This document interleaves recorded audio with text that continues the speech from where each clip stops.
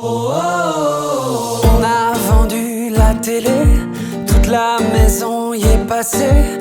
Le paiement du crédit, on l'oublie. Dans un van aménagé, l'instant c'est l'éternité.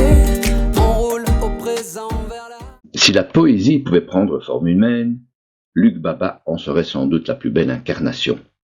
Véritable poète dans l'âme, il a su dès 2001, avec la publication de son premier texte, capter l'attention et récolter de nombreux prix. Aujourd'hui, après plus de 20 ouvrages, Luc Baba explore de nouveaux horizons en se consacrant pleinement à la musique. Avec son duo Elani, il se plonge avec passion dans l'écriture et l'interprétation de ses propres chansons. Mais ce n'est pas tout, il est aussi comédien. Partons à la rencontre de cet artiste aux multiples talents. Oh, bonjour Luc, comment ça va? Marc, ça va, je pensais que tu ne viendrais plus. Ah ben voilà, je suis à l'heure. Tu écris, tu chantes, tu joues. Comment est-ce qu'on pourrait te définir finalement? Eh bien, si on peut ne pas me définir, ça me convient très bien. Est-ce que tu peux nous parler de ton parcours artistique? Comment est-ce que tu es devenu auteur par exemple? Et donc j'ai commencé à écrire quand j'étais gamin, parce que je vivais dans une maison où j'étais enfermé par un père qui n'aurait jamais dû être père. Mais les enfants de la ressource, et donc ma ressource à moi, c'était de prendre un cahier et d'écrire ce que j'avais besoin d'écrire. Des artistes qui ont vécu, qui ont connu des parents maltraitants, ça c'est banal, ça c'est commun. Donc cet enfermement, j'ai pu en faire quelque chose avec l'obsession de la liberté qui est venue très tôt. Quand on est enfermé enfant, on est obligé de rêver de la liberté. Et quand on atteint l'âge de la liberté, qui vient un peu après l'âge de la puberté, c'est-à-dire qu'on a franchi la porte de la maison familiale et qu'on essaie de voler de ses propres ailes, on se rend compte que les ailes, on va devoir les inventer, les fabriquer avec ce qu'on peut. L'art, c'est du jeu. On joue avec soi, avec son univers intérieur, on en fait un terrain de jeu. Et la chanson dans tout ça? Et la chanson, même chose, c'est-à-dire que c'est venu quand j'étais ado. Un gamin, je chantais très faux. Quand il fallait chanter à l'école, j'étais pas à mon aise. Et puis, quand j'ai commencé à être un grand adolescent, mais vraiment un grand adolescent, j'ai eu le droit de me promener tout seul, le samedi après-midi, 3 petits quarts d'heure. Et derrière, chez mes parents, il y avait un bois où j'étudiais des chansons que j'aimais et j'allais les chanter juste pour le plaisir de chanter, c'est-à-dire de sortir sa voix, mais autrement qu'avec des cris. Je chantais beaucoup dans les couloirs de l'école. Et un jour, une prof de français m'a proposé de participer à une comédie musicale qu'elle mettait en scène. Et donc, voilà, j'ai commencé comme ça. Et puis, plus tard, j'ai continué à étudier des chansons que j'aimais, Brel, Brassens et d'autres. Et un jour, j'étais dans un petit théâtre et j'ai entendu un metteur en scène qui disait « Tiens, j'ai un cabaret dans 3 semaines, un chanteur qui vient de me claquer dans les doigts. On a un cabaret Brassens là qui arrive et je sais pas comment faire pour trouver quelqu'un d'autre. » Et donc j'ai eu l'audace, je sais pas souvent, d'aller le trouver et de dire « Excusez-moi, je connais Brassens très bien, beaucoup de chansons par cœur. Et si ça vous tente, faites un essai et puis moi je veux bien prendre la place du bonhomme qui vous a claqué dans les doigts. » Le lendemain, il a fait une petite audition chez lui et j'ai chanté Brassens. Voilà comment j'ai commencé la chanson. Quels sont les artistes ou les événements qui t'ont marqué dans ta carrière? J'ai écrit un premier bouquin, un petit roman. J'avais 16 ans. Le centre de ce petit livre, c'est une fugue que j'ai faite quand j'avais 11 ans. Donc je parlais de cette liberté que je cherchais à tout prix. Et donc à l'âge de 11 ans, 12 ans, j'étais en première humanité.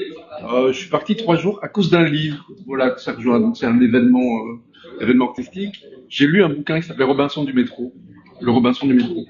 L'histoire d'un petit garçon qui s'enfuit, qui se cache dans le métro de New York et qui essaie d'y vivre, de survivre. J'ai trouvé ça très sympa et j'ai eu envie de faire pareil. Donc j'ai mis un jour mon petit anorak, je suis sorti dans la rue, j'ai couru jusqu'à la gare des Guillemins à Liège. J'habitais sur les hauteurs à Anse et j'ai pris un train. Et donc mon objectif, c'était d'aller un moment dans le métro de Paris et puis de me débrouiller, de vivre là-bas. On m'a retrouvé dans une gare après 3 jours, des amis de mon père qui m'ont ramené. Donc ouais, j'ai compris que j'avais pas l'étoffe à 12 ans pour vivre dans le métro et me cacher là et me débrouiller, mais que la seule chose que je pouvais faire, c'était patienter. Donc mon projet à 11 ans, c'était patienter. Et ce qui m'aidait à patienter, c'était d'écrire.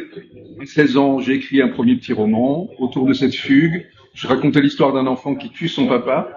J'ai offert ce petit roman, ce premier petit roman à mon père pour Noël. C'était son cadeau. Voilà, je l'ai pas aimé tellement.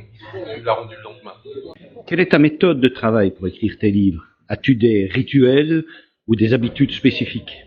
Tout ce qui peut amener à créer la bulle nécessaire pour l'écriture, parce que l'écriture, c'est un état particulier, l'écriture, l'état d'écriture. Peut-être un peu un état assez proche de ce que peuvent connaître les sportifs concentrés. Donc c'est une façon de sortir du monde. Et donc ce qui peut aider à sortir du monde, pour moi, c'est de mettre un peu de musique, pour un verre de vin, et si possible d'être dans un lieu où je ne suis pas distrait par d'autres choses. Donc chez moi, c'est pas toujours une bonne idée parce que je me laisse vite distraire quand je suis chez moi. Il y a toujours des choses à faire. Donc j'aime assez les terrasses comme celle-ci, les terrasses où on ne me connaît pas. Idéalement, en dehors de Liège, je risque de rencontrer trop de monde. Donc ça, voilà, ça me convient d'écrire un petit guéridon, un petit verre et puis juste le stylo et le cahier. J'écris à la main. Si j'écris chez moi, c'est le matin quand je me lève. Je me fais un café, j'ai sur ma petite table des plumes, l'encrier, le cahier ouvert, prêt depuis la veille. Et si j'ai un chapitre important à écrire, par exemple, voilà, j'attends souvent, je laisse souvent passer une nuit et mon cahier est prêt sur la table. Parlons un peu de ta musique. Tu as repris notamment des chansons de Léo Ferré. Oui. Donc, comme je l'ai dit, j'ai commencé par Brassens, parce que le cabaret Brassens allait être joué au théâtre. J'ai continué avec Brel, encouragé à ce moment-là par Jean-Marie Dzuba et Christine Bruno. Christine Bruno, qui est une magnifique chanteuse de cabaret, à l'occasion. Mais mon préféré, c'était quand même Léo Ferré au niveau littéraire, au niveau de l'écriture. Alors, comment c'est venu?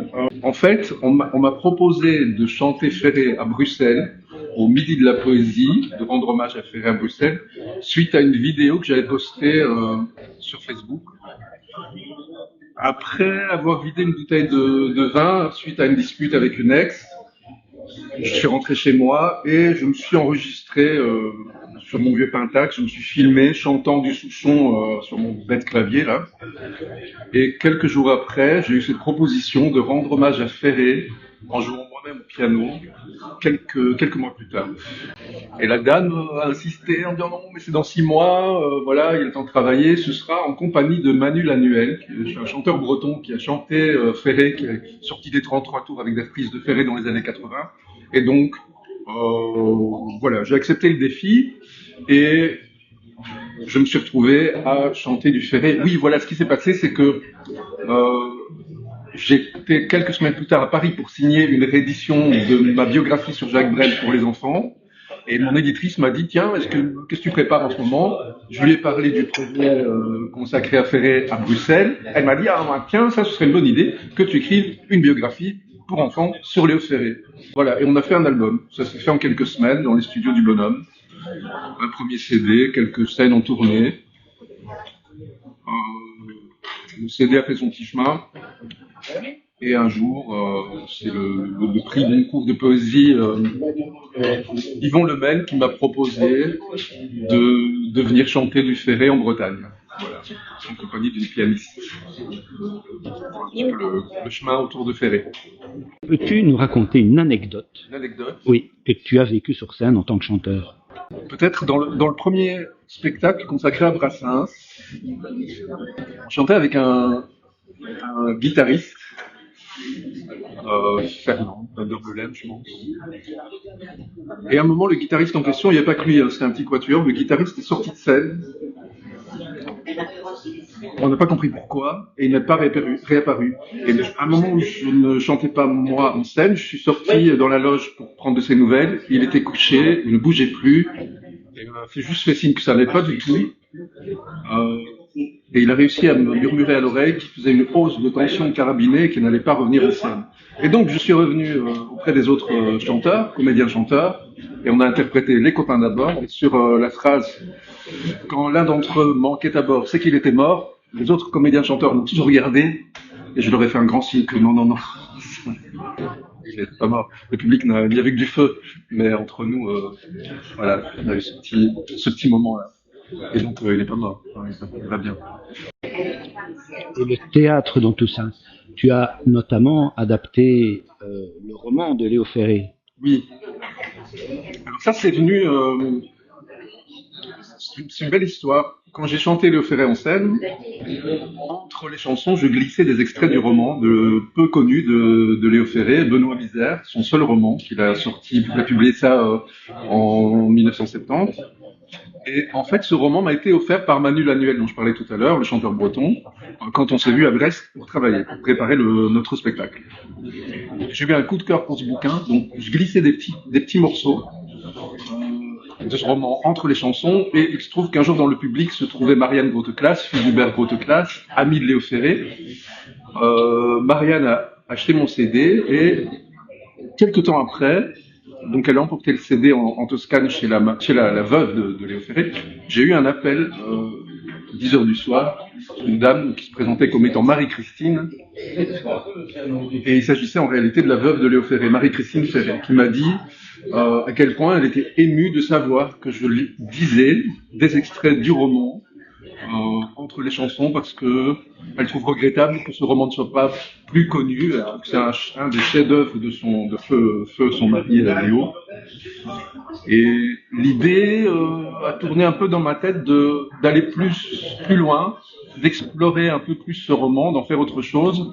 Et Marianne m'a présenté à Mathieu Ferré, le fils de Léo, à Liège. Oui. On a discuté pendant une demi-heure et c'est Mathieu Ferré qui m'a dit, écoute, fais un spectacle. Tu trouves un pianiste et tu joues, tu interprètes le texte. Et donc quand j'étais en Bretagne pour chanter Ferré en compagnie d'Hélène Weissenbacher, pianiste strasbourgeoise, je lui ai parlé du projet, elle m'a dit je fais ça avec toi. Actuellement, tu as écrit et tu interprètes tes propres chansons. Oui. Avec la pianiste Hélène Weissenbacher. Bacher, s'il vous plaît. Weissenbacher, oui. Je pense qu'il n'y a rien de plus difficile à écrire qu'une chanson, une bonne chanson. Et j'ai toujours laissé un peu ça de côté. J'avais des poèmes, j'avais des projets, mais bon, j'étais jamais satisfait. Et donc, Hélène, pendant qu'on travaillait sur Benoît Misère, m'a dit, mais tiens, c'est comme bizarre, t'écris de la poésie, tu chantes. Pourquoi est-ce que tu n'écrirais pas tes propres chansons? Je pense pas que je sois très doué pour ça. Elle m'a dit, je suis pas sûr. Si t'es d'accord, tu m'envoies. Et je jette un œil et puis on voit ce qu'on peut faire. Donc je lui ai envoyé une trentaine de pages de textes, de projets qui étaient dans mon PC, là sur mon PC. Et quelques jours après, elle m'envoyait un premier enregistrement. Donc elle avait mis en musique un des textes et j'ai trouvé ça merveilleux. Et on s'est retrouvés avec une quinzaine de chansons. On s'est donné un petit nom, Elanie, petit nom de duo. Fantôme des vieux poèmes, tu n'as plus aucune importance aux yeux des loups dans la rue blême. Tu n'as plus beaucoup d'insouciance et tu t'enfuis loin de toi-même. Et tu t'enfuis avec ça. En dehors de ta carrière artistique, quelles sont tes passions et hobbies? J'ai besoin du sport. Donc là, je suis passé à la course à pied. J'ai eu des soucis à cause de la maladie de Lyme qui m'a un peu paralysé pendant un petit temps. Et là, j'ai repris la course à pied et ça, j'en ai besoin. Courir, sentir les sensations du sport. D'ailleurs, je suis pas le seul. Hein. Il y a pas mal d'auteurs, d'autrices qui font de la course à pied, donc je suis pas étonné. C'est des questions de sensations et de rythme, d'absence au monde, tout en étant intensément présent dans les sensations. On a une sensation d'être au monde qui est unique quand on court des kilomètres. Est-ce qu'il y a un artiste avec lequel tu aimerais collaborer? Je suis en train d'échanger beaucoup avec Ángel Ramos Sánchez, qui est un comédien que je trouve merveilleux, qui vient de l'école du cirque, du clown, du mime, qui tourne depuis 2 ou 3 décennies avec un spectacle qui s'intitule En attendant Julio. C'est un petit chef-d'œuvre, c'est pas pour rien qu'il est à plus de 2500 représentations. Et voilà, il m'a appelé récemment pour que peut-être on collabore en écriture et peut-être à la scène. Et ça, c'est si ça se fait, si ça se concrétise, ce serait vraiment assez formidable. Si tu devais choisir entre ne plus jamais écrire une ligne ou ne plus jamais chanter une note, que choisirais-tu et pourquoi? Je voudrais continuer de chanter. Et tu vois, je suis d'origine gitane. Les gitans disent on danse nos joies et on chante nos peines. Et le fait de chanter ça allège la vie. Si tu pouvais inviter n'importe quel personnage de fiction à dîner, qui choisirais-tu et qu'est-ce que vous mangeriez? Don Quichotte, je mangerais des tapas.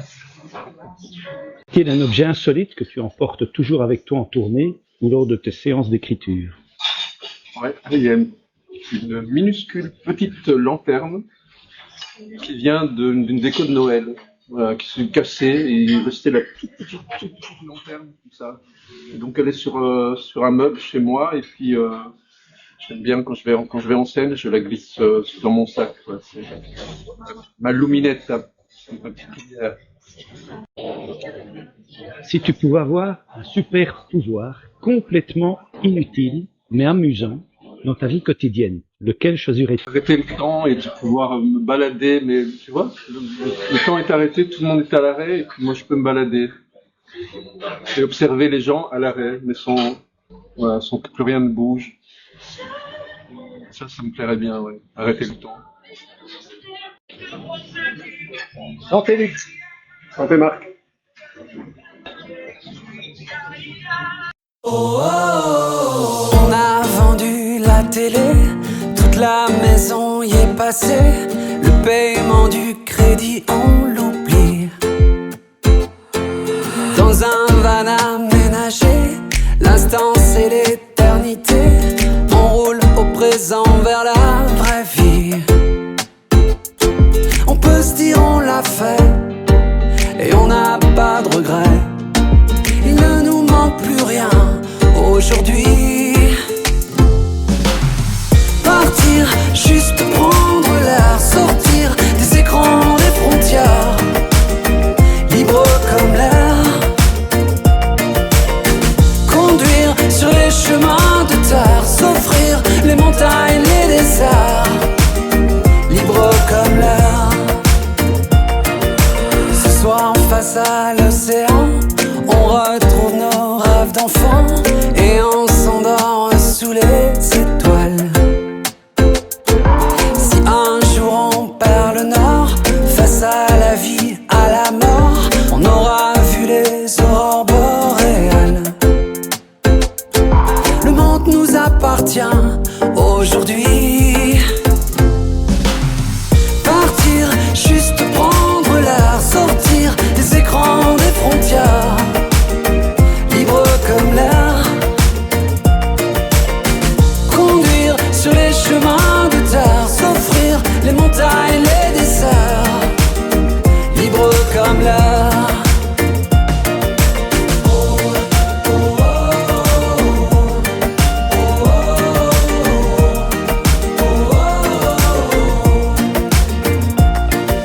On sera plus nombreux à tenter l'aventure.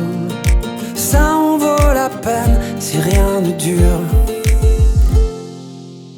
Partir, juste prendre l'air, sortir des écrans, des frontières, libre comme l'air. Conduire sur les chemins de terre, s'offrir les montagnes.